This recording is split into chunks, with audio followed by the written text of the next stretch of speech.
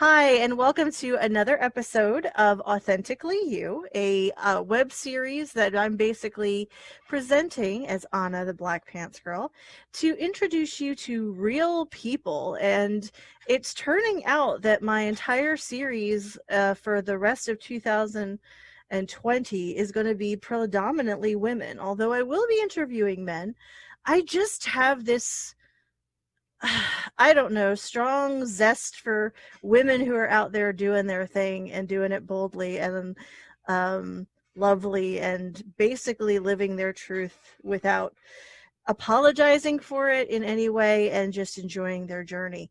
So tonight I'm going to introduce you to somebody that I was blessed to meet through my dance classes. She actually came to my dance classes, and she's just a joy.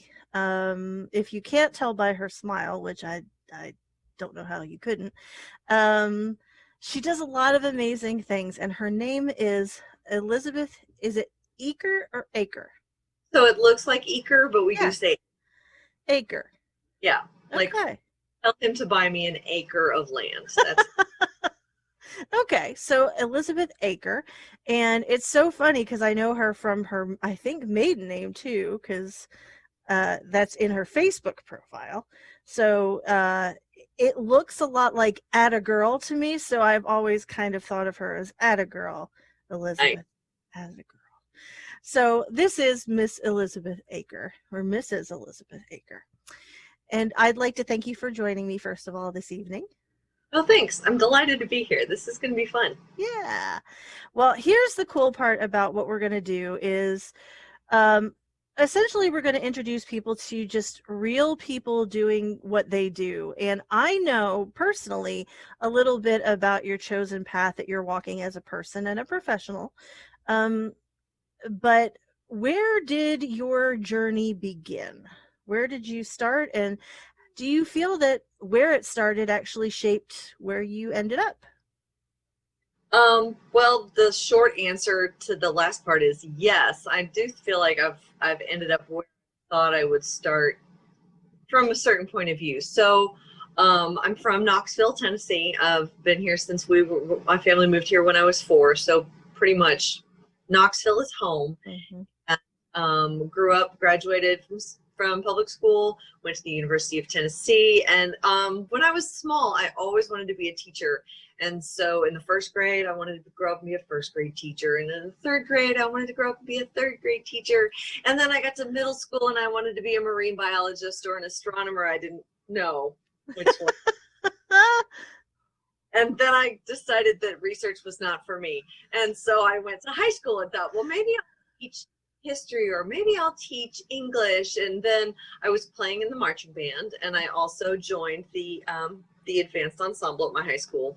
And that's when I really just fell in love with the safety and community that a music classroom can provide. And I thought, that's it.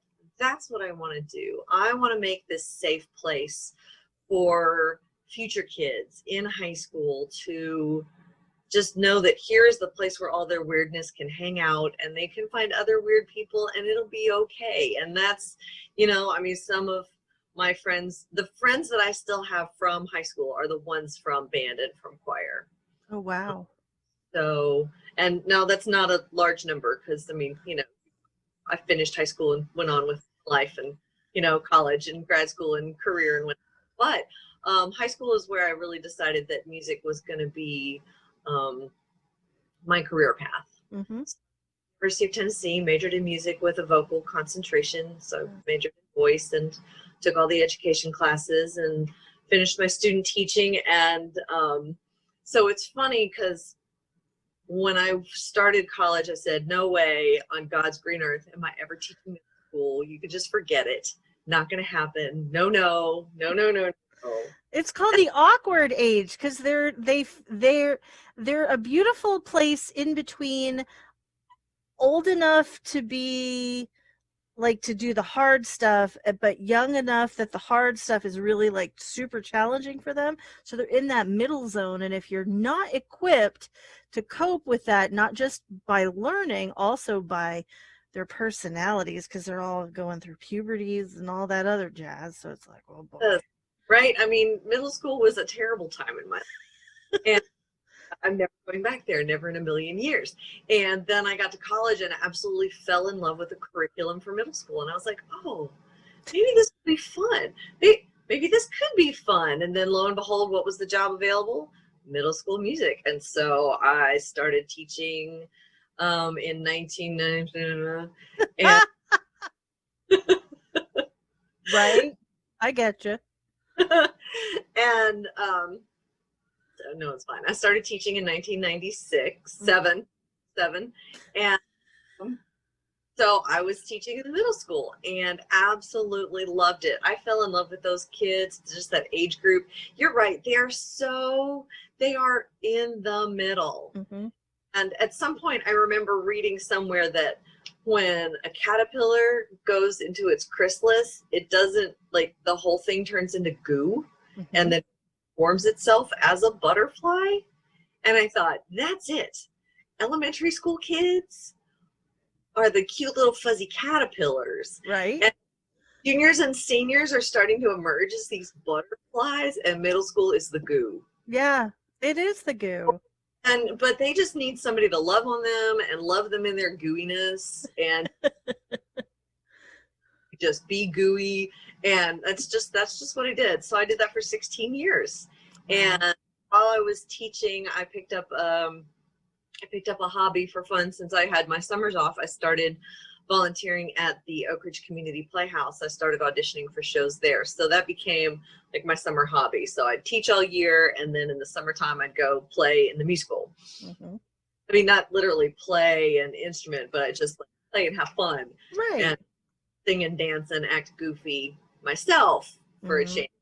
Wigs and costumes and makeup, and it was glorious. My life until 2014. Mm-hmm. 2014, my son was born, and I said, "Peace out, weird middle." And I love everybody there, but my husband and I decided that we could swing it if I stayed home with my son, and so I was able to do that. From home, then other organizations started reaching out. First, I worked for a dance studio teaching musical theater to 9 to 14-year-olds, mm-hmm. 7 to 14-year-olds, wow. and that was a culture shock, because that's 14-year-olds, and it took me about 4 months to decide that the 7-year-olds were okay. Right. Yeah. About 4 months, and I was like, oh, okay, no, I do like these kids, and we're good. So, and then the homeschool co-ops found me too. So I have some connections with people in the homeschooling community here in Knoxville, and one of the co-ops reached out and said, we need a new choir director. Would you be interested in coming to teach 1 hour a week? Oh, gee, 1 hour a week and no concerts, all of the fun and none of the pressure? Sure, sign me up. This sounds great. Yeah, that does sound great. So I started doing that, and then the following year I picked up a second co-op that needed a new choir for their co-op as well. I started a treble choir with that group, and so this year I'm still managing, in the middle of a pandemic, managing two homeschool co-ops that have 5 classes between them, and so that's my income at the moment. Mm-hmm. It's been an adventure and a little bit of pressure, but it's still a really good experience. And so then a year ago, I got to start working with the Knoxville Handel Society. I did get a master's degree in choral conducting. At some point along my teaching career, I took a year off and got a master's in conducting. So that's opened some neat doors. I've been able to work with the Knoxville Handel Society as their assistant conductor, and I've also led 2 pit orchestras for some Wow. community theater here, working with the Word Players, which is Oh, another very good. group here in Knoxville. Wow. So music really is kind of your whole professional like palette, because you're painting with lots of different colors right now, which is really, really cool, and I'm sure it keeps you not easily bored. This is true. There's not really very many dull days. And if I'm bored, that's my fault. Um, Understandable. but there are some times when I'm like, okay, I'm done. Stick a fork in me. I come home, I take a shower. I'm putting on clothes Hmm. and feeding the economy. We're not cooking tonight. Yes, We're supporting the local economy. that's right. Support small business. Go eat So, out. Absolutely. Well, so as being a teacher, amidst the pandemic that we are in at this point, because it's still not over, although a lot of people like to hope that it is, or pretend that it is what it is. But the question is how, when, I'm assuming you're doing a lot of your stuff remotely. So you're probably doing kind of things, or are you actually venturing out with the homeschool kids and seeing them? we are in person for the homeschool co-ops.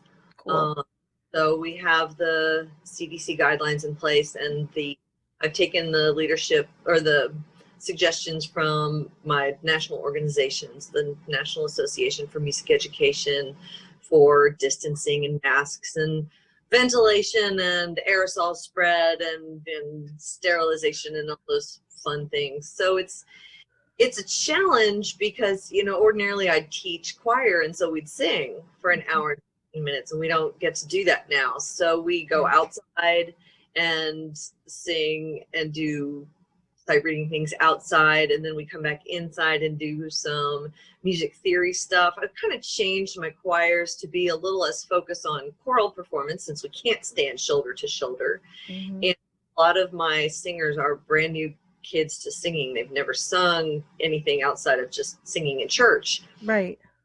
everybody else in the congregation. Right.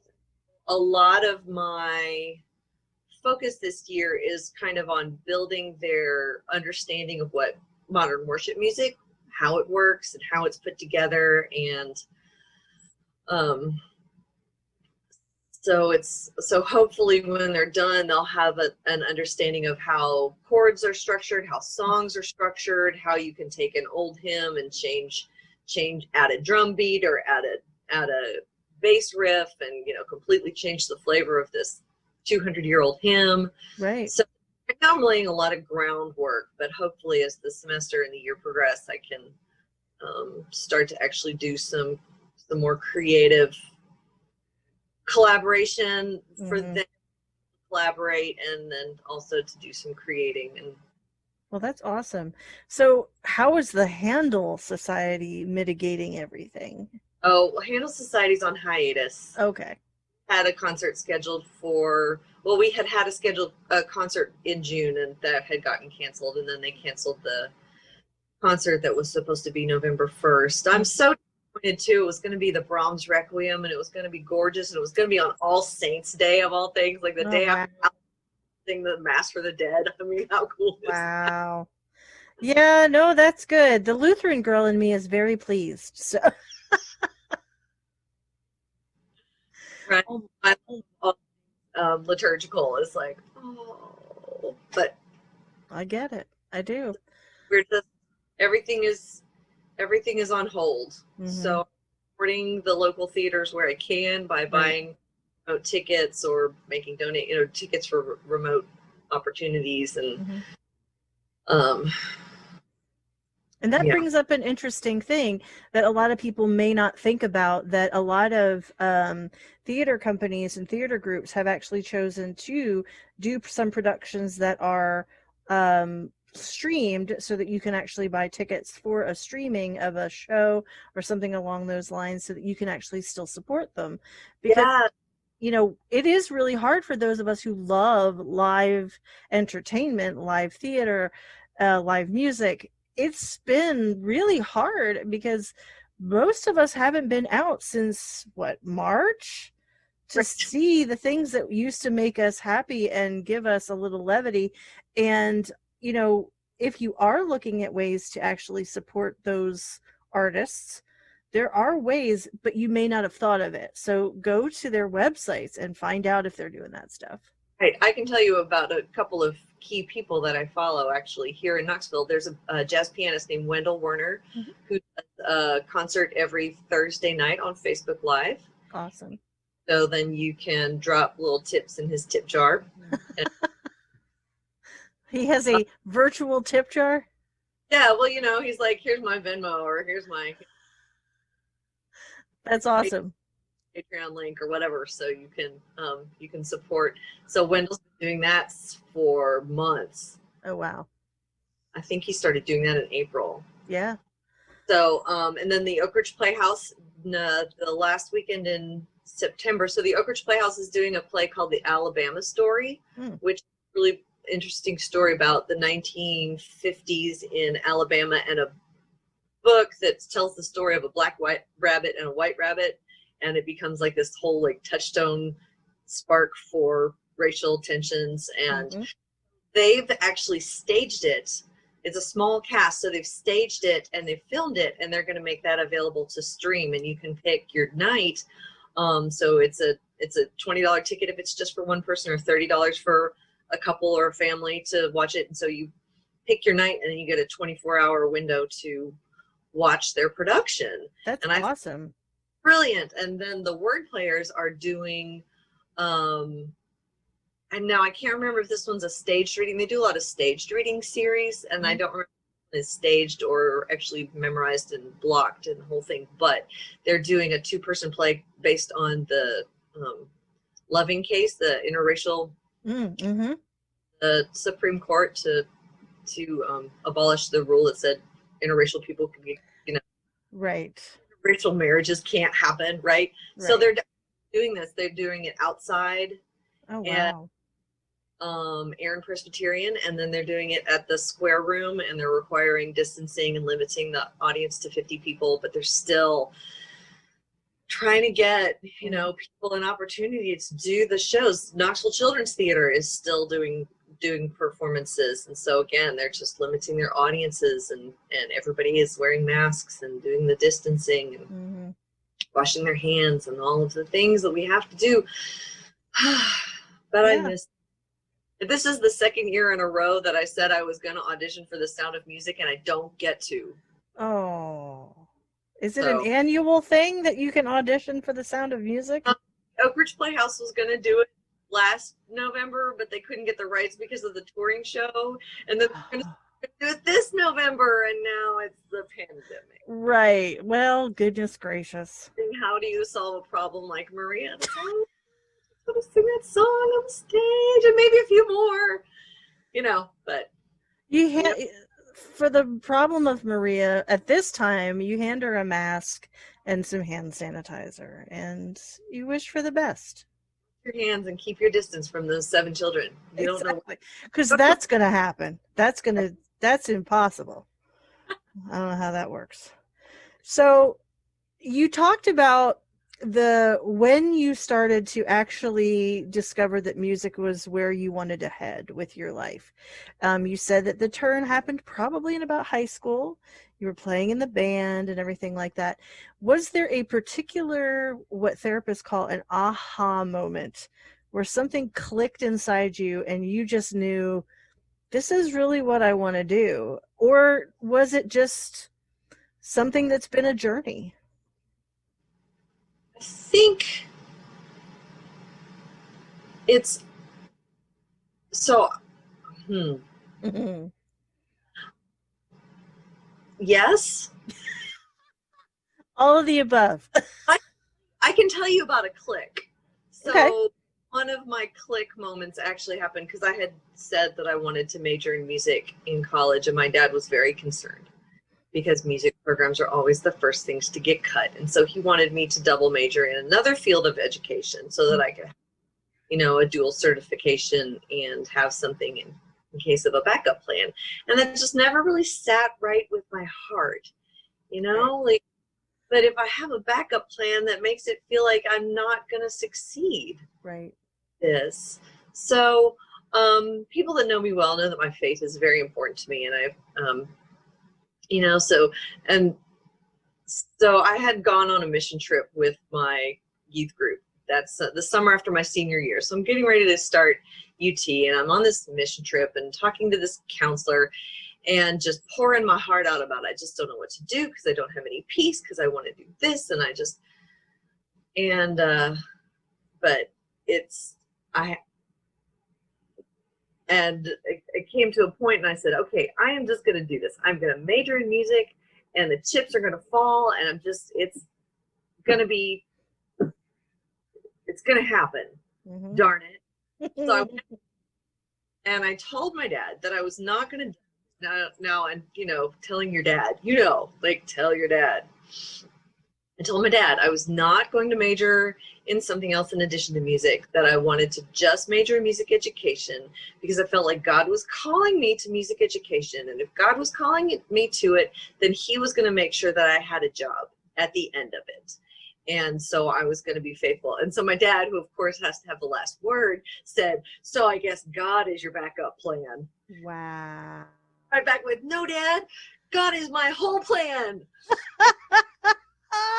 Hey, and it's true. Those of us who, almost 30 years later, yeah, here I paid the bills. Right. No? Yeah. So did your dad ever say, okay, so yeah, you're doing it? He didn't get a chance to do that because he passed away in my senior year.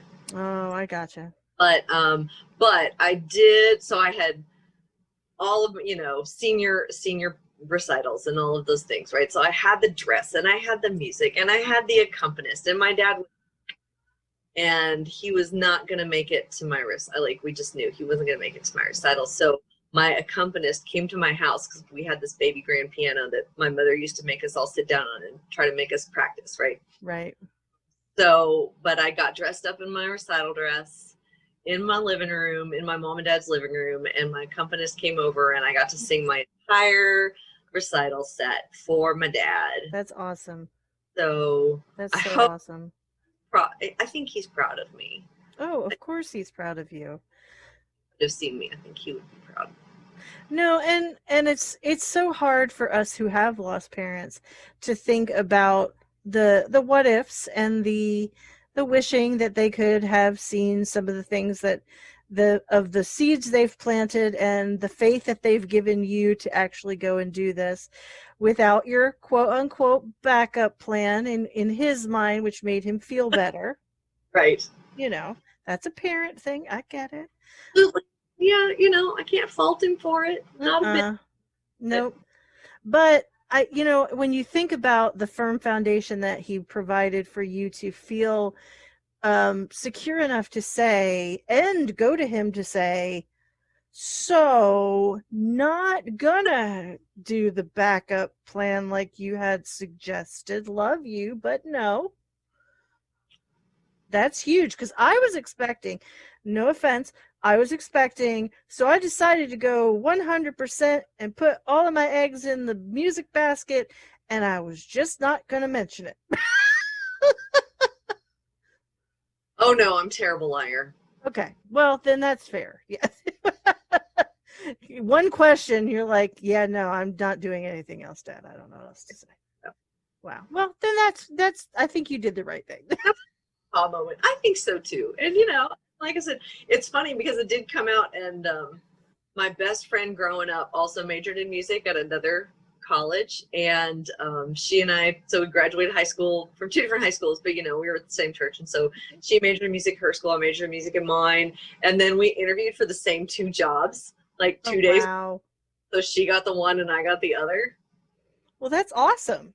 Yeah, it was really that fun. Was meant to be cool still, but that's so fabulous, though. well, you both ended up doing what you wanted, which is inevitably what we all hope to accomplish with our lives.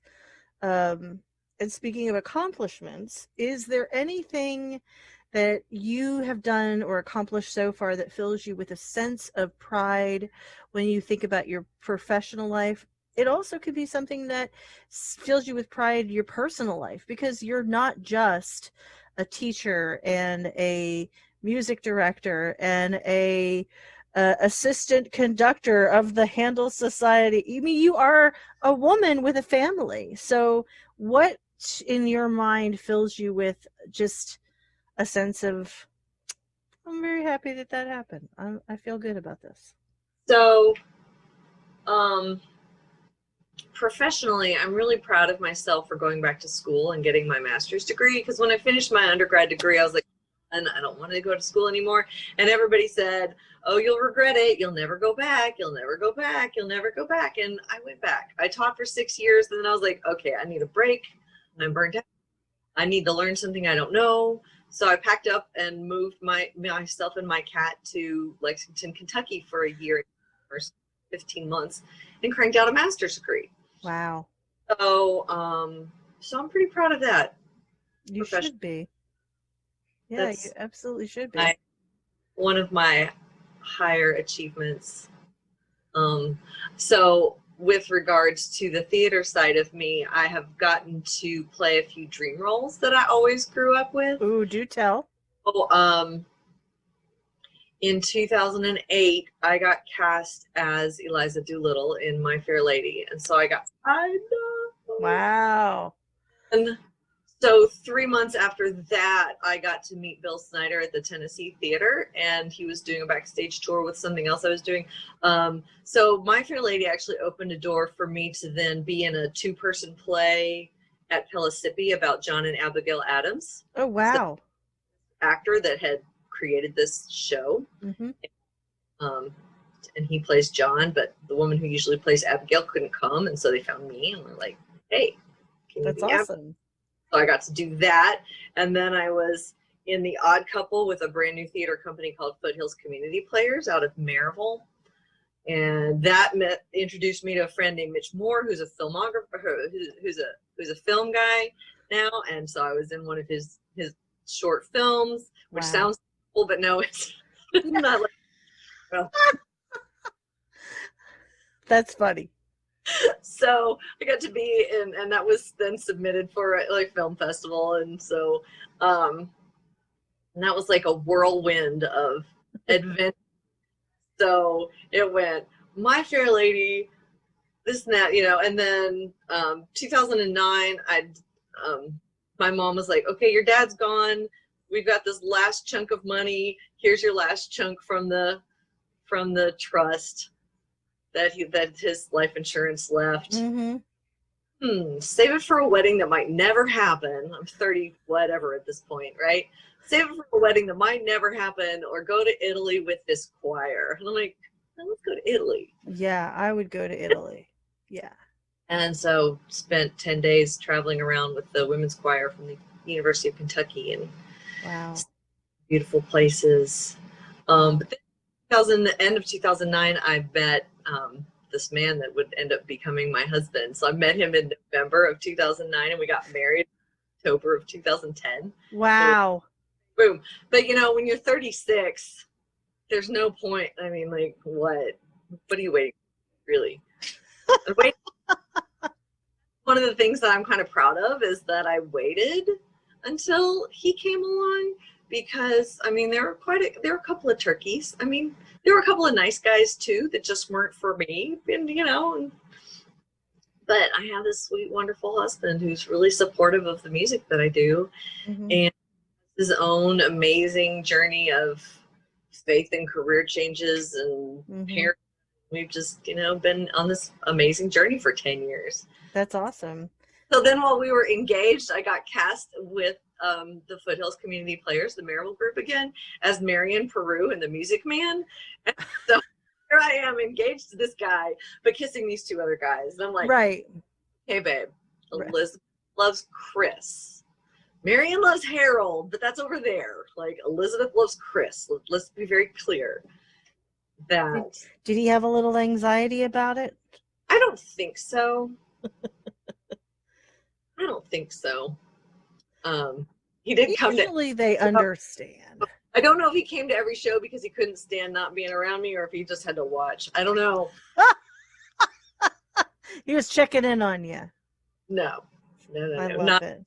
No, he trusts me, and I trust him, and you know, and the guy playing Harold was married, and so, but it was just like, you just have to say that for people that aren't in the theater world, and it's hard watching that happen. So Mm-hmm.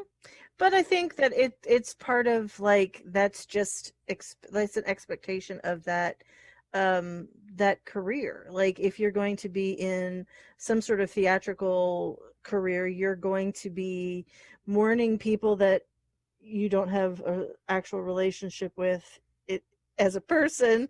You're going to be kissing those people. You're going to be, I mean, that's just part of the journey. yeah, And you have to sell that part of the journey. So you better make it look real, right, or there's going to be people in the audience who go, yeah. mm-hmm. So So that, yeah, it's part of it. But what I love about what you said is I think it is extremely, I hate to say this, and I don't mean this in any negative, because I don't want to say, I think it's courageous to wait to find the right person and not just jump into marriage. Because I jumped into the first one at 21 after being engaged at age 16. And I always said if I had a daughter who came to me at 16 and said, I'm engaged, I would just basically Velcro her to the ceiling and say, no, you're not. So thanks. right, Yeah. So, my mother actually was someone who waited until her 30s to actually get married. And she traveled a lot and she did some amazing things. And I think that women, if you have that spirit of wanting to do your education and maybe explore travel and other things that you don't want to have to necessarily always negotiate with another person, there's nothing wrong with taking that risk. yeah.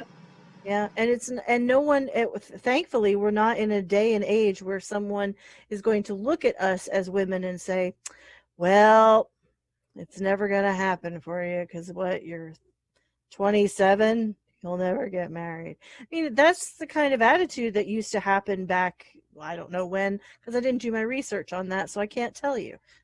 No, that's okay. No, I got my share of that too in church. Oh, I got my share of that too. And okay. well, Elizabeth, when are you going to settle down and get married? And I just want to go, when are you going to lose that 20 pounds? I don't know. I mean, I never actually said that because I'm nicer than that in like face to face, but that's what my heart said. I was like, yeah, I get it.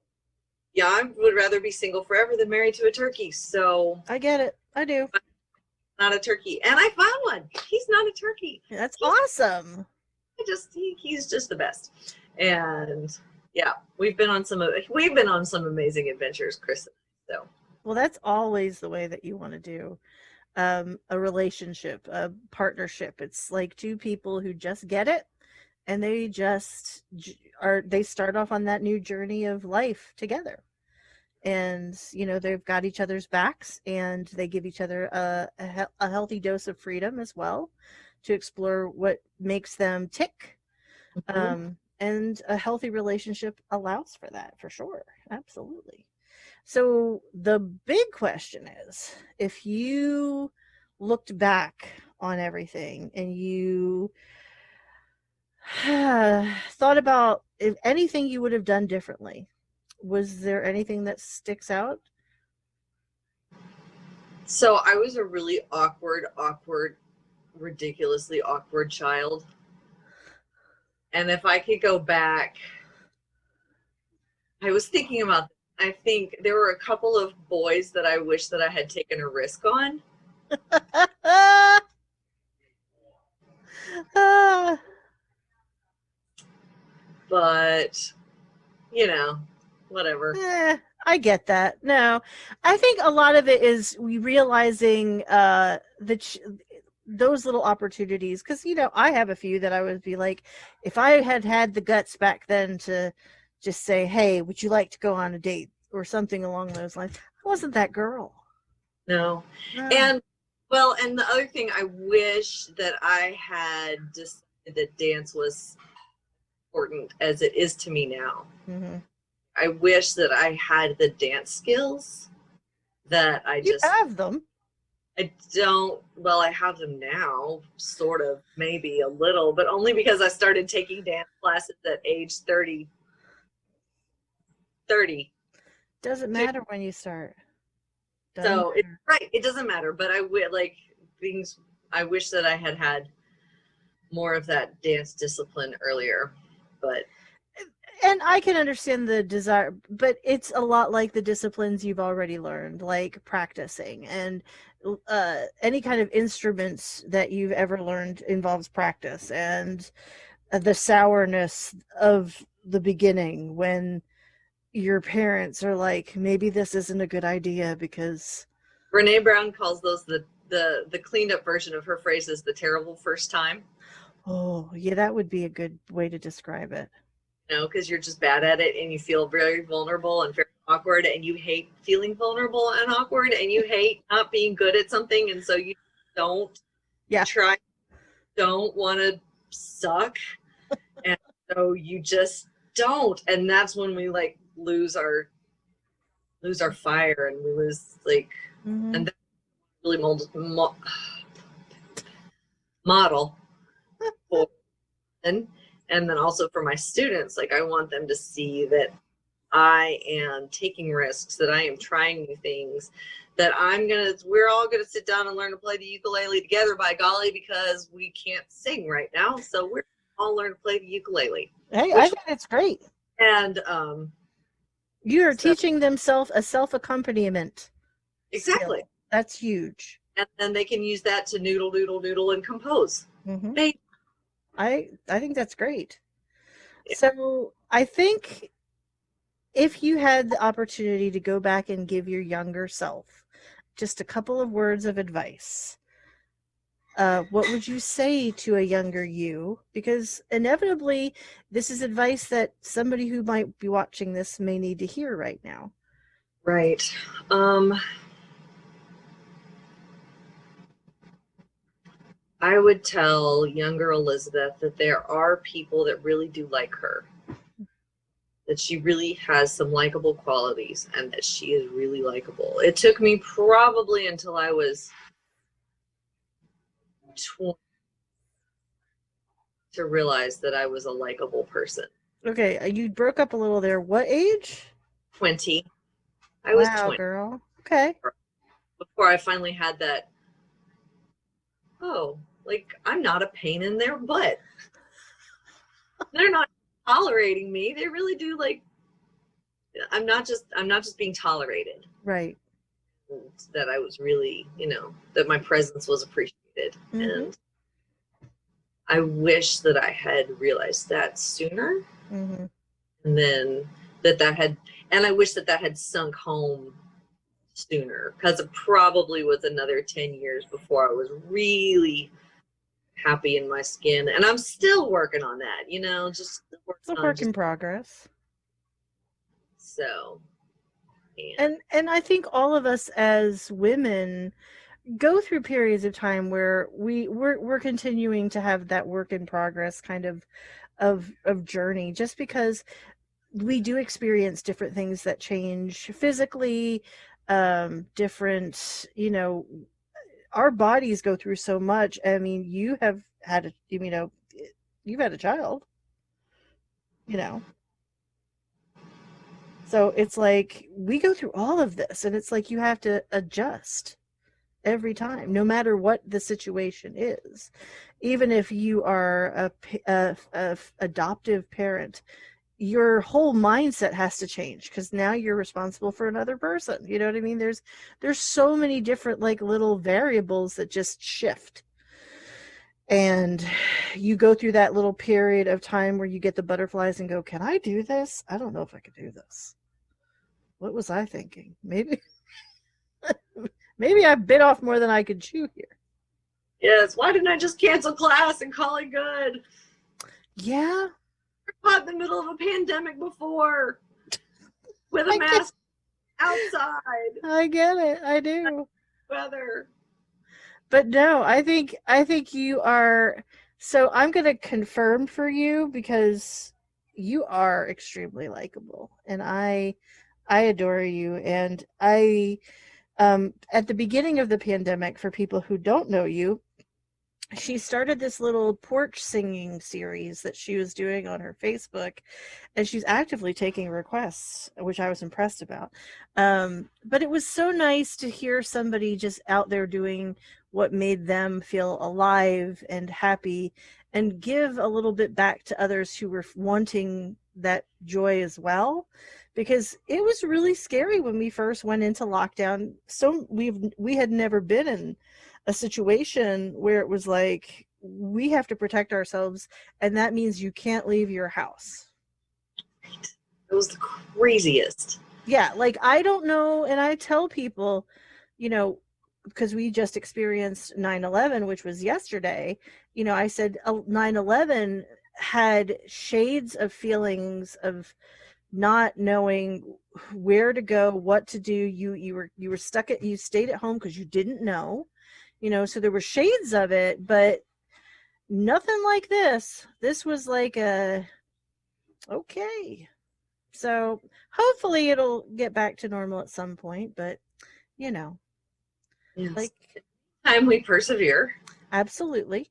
And we are actually at the place where I get to ask you the 10 quick fire Okay. questions. And if now, being an actress, I'm assuming you've at least watched one episode of Inside the Actors Studio. Yeah. Okay. I really enjoy it. I think it's a really nice chance to see somebody that always plays somebody else really sort of break down their career a little bit and talk about decisions that they've made.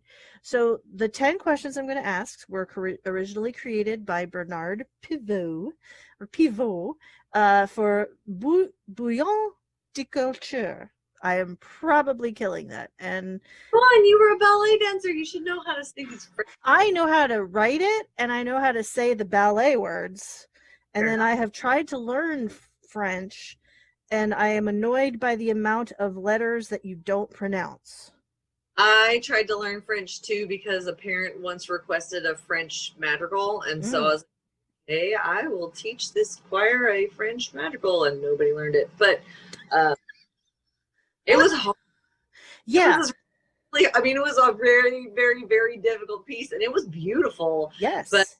it just could not wrap their brains around singing in French and singing this. And I was like, well, we gave it our best shot. No, We're done. absolutely. And that's okay. And I Yeah. love French things. I do. I love French cuisine. I love French fashion. Paris is one of the places I desperately would love to go.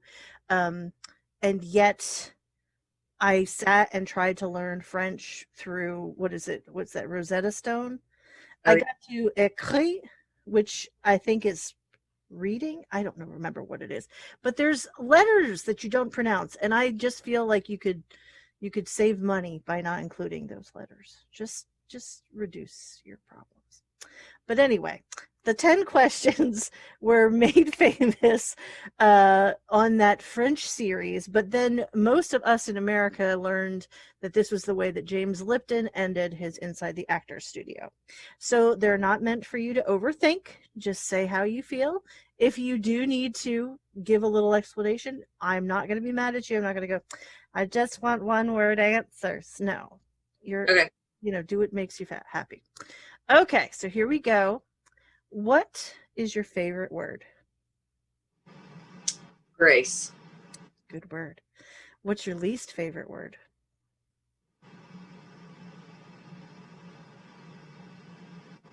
See, I jotted these down yesterday, and it's on the back of my shopping list. I went to the grocery store, and so it's like somewhere else.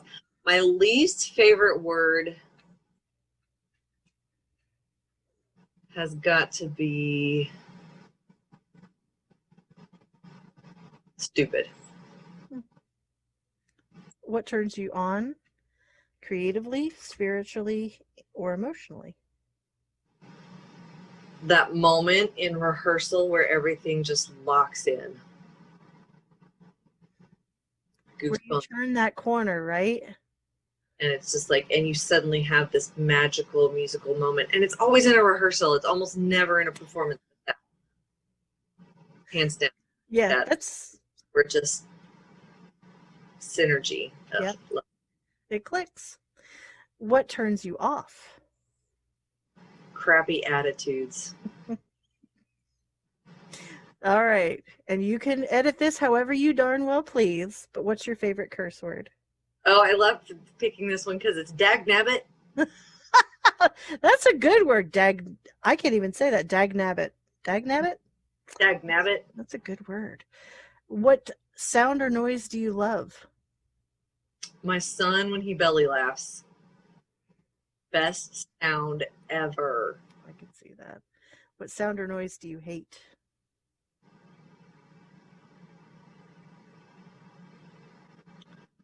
Whining or excessive tapping. Excessive which? Tapping. Really? Okay. Not dancing, tap dancing. No, like tapping their fingers, tapping their pencil, tap, tap, tap, tap, tap. Stop it. You're like, okay, it's enough now. What profession other than your own would you like to attempt?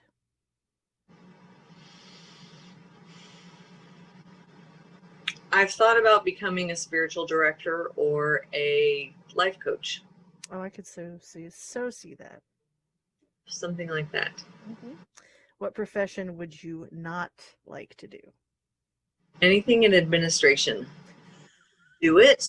I can do it and I can do it well, but it is not my happy place. Right. And So, all of my organizational skills have been learned as an adult skills. So I can get that. That makes sense. And our last question for this evening. If heaven exists, what would you like to hear God say when you arrive at the pearly gates? well, he says this to me all the time. He says, "Sweet girl, I am so proud of you." And that's what I think he'll say when I show up. I am so proud of you, sweet girl. And I think that he will definitely say that. Well, Elizabeth, thank you so much for joining me tonight. I feel like this was a beautiful revelation for people who maybe have been at different crossroads like you have been and have thought, I'm afraid to take that leap, but no, I'm going to take that leap. And I think it's so important to really listen to people's experiences. There are so many of us who are at different places in our lives where we're going to come across these experiences and have to make tough decisions. And I think you have basically said, trust your beliefs, trust your faith, and don't be afraid to take that leap. Yeah. I think you summed that up really well, Anna. That's exactly it. Yeah.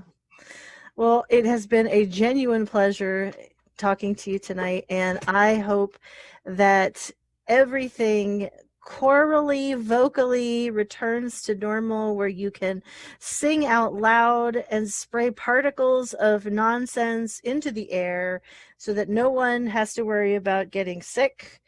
And that is my wish for you for the remainder of this year as well as the years to come. Thank you. I appreciate it. And I hope that we can dance together again soon. And we will, for sure. Absolutely. Well, this has been Authentically You, and I'm Anna, the Black Pants Girl, because legit, I am wearing them right now. And thank you for tuning in, and have a great night. Thank you, Anna. Bye. You did great. Thanks. That was awesome. That was awesome.